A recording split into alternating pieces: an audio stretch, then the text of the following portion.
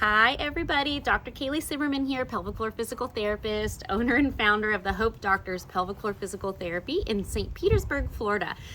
I'm going to give you a general overview. I've actually been requested to do this video for a little bit of time, and so I'm finally going to do it. Just a general overview of what is your pelvic floor, what does it do, why is it important? So first and foremost, when someone thinks about their pelvic floor, they always think just these muscles, right? Like we're thinking Kegel, we're thinking vagina, we're thinking external genitalia if you're a male, we're thinking rectum, like we're thinking those activations that are going to support in between the legs. Yes, and there's a lot more layers to that, right?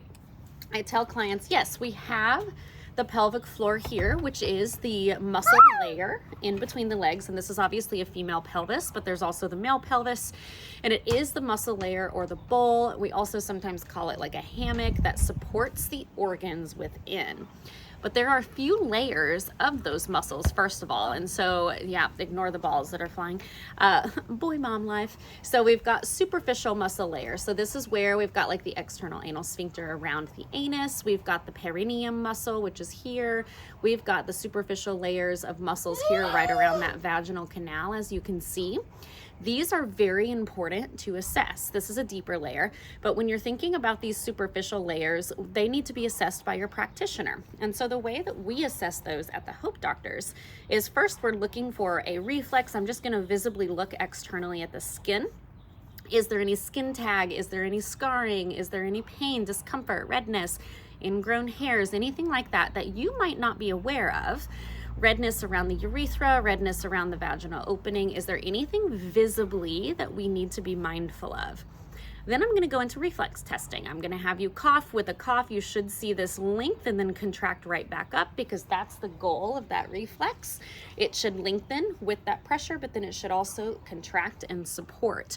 That's going to be one reflex. The second reflex that I look at is an anal wink. It's just telling me what your nervous system is doing. I flick kind of the sides of the anus. Do you get a little contraction? I also will have you cover your mouth and cough to see if you have that cough reflex. Already talked about that, just kidding. And then we're gonna bear down almost like you're trying to pass gas. This is giving me the ability to, one, start my assessment for prolapse. Am I seeing anything coming to the opening of the vagina? But also, two, it's giving me the opportunity to see if you have any coordination or ability to see or feel what that length of the pelvic floor looks like. And that way we can really get an idea of where you are. So that's that superficial layer, what we're looking at. We also want to do a little clitoral hood mobility. Do we have restriction with that? That's really important if you have pain with intimacy or inability or struggles with orgasm. And then we're also going to just kind of assess the tissues surrounding the vaginal opening or the labia majora minora to make sure that there's no adhesions, no restrictions there, because that can really contribute. So outside of that, we're going to go into that deeper layer. This is where we go into the internal aspect with our finger. And this is where we're getting into these layers of the muscles. The deeper layers are important for, again, supporting of the organs, continence, and keeping your bowel bladder function good. Those deep layers are assessed with our finger by palpating first, then we're checking kind of strength and endurance. Big important thing to remember is these should be all assessed in different positions. You should have a practitioner that's getting you on side lying, on your stomach, hands and knees, standing. We should be assessing these tissues and this function in all of these different positions, because otherwise we're not checking to see what gravity does and what changes with normal daily function. It's very important for the pelvic floor. So that's really important to consider when you're asking your pelvic floor therapist. Are they just doing it on your back? Are they just asking you questions on your back and all of that? So that's just a quick overview. Superficial, deep pelvic floor. You can see from this pelvis that there's also muscles, or there's the hip bones here. You've got the hips, you've got the spine, you've got the sacrum, you've got the tailbone, ligaments, all of this. You can see that there's a lot more connecting to the pelvic floor than just the pelvic floor muscles. We have the ligamentous structures that we need to be assessing. We have all of the ligaments and functional muscles throughout the spine, all the way up to the jaw and the neck. We need to be looking at the hip function and mobility. We need to be looking at the inner thighs, because the inner thigh muscles Adductors are going to come in and attach by fascia into the pelvic floor. And so that's also going to be really important. And often we find that those inner groin muscles or inner thigh muscles are really tight and uncomfortable. Same with the glutes. The glute muscles, they come in and they attach or they wrap around that pelvis, and they're really important. Can you activate the glutes? Isolate the glutes? Do you know how to isolate the side glutes over the back glutes? Are you able to activate those in a squat, in a hinge? All of these things, right? They need to be assessed in laying down, in different positions, and also in a functional movement. If we're not looking at a squat, if we're not looking at a hinge, we have no idea what your body's doing. We have to do a functional movement assessment. Same thing for the spine. Are you able to bend forward, back, side, rotate without restriction? Going on up, if I had a full pelvic or a full skeleton model, we would be looking at that rib cage. What's the rib cage doing? Is it open? What muscles in the core are limited? Which ones are adding too much pressure down? Which ones are taking the pressure well?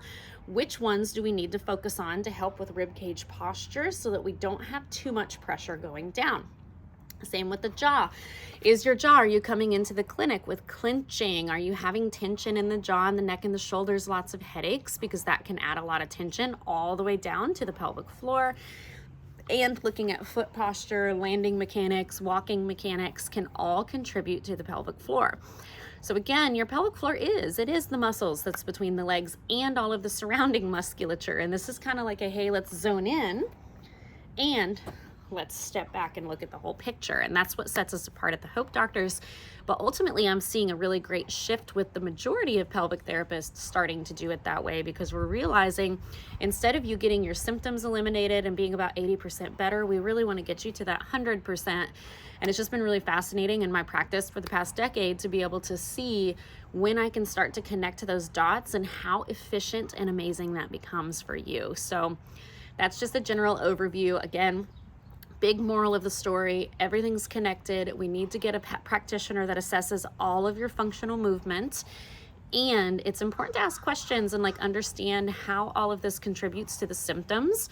What's your posture? What's your functional movement looking like? What do you look like when you lift your kid? What about when you get them out of a car seat? Those are all important things that we need to know how you're doing so we can change that as we move forward and help you get that to do more functionally. But drop your questions below. Let me know about your experience with other pelvic therapists too. I'd be curious if they were doing it this way, practicing with this holistic approach. And if not, what do you feel like was missing? But we hope to see you soon and have a great day.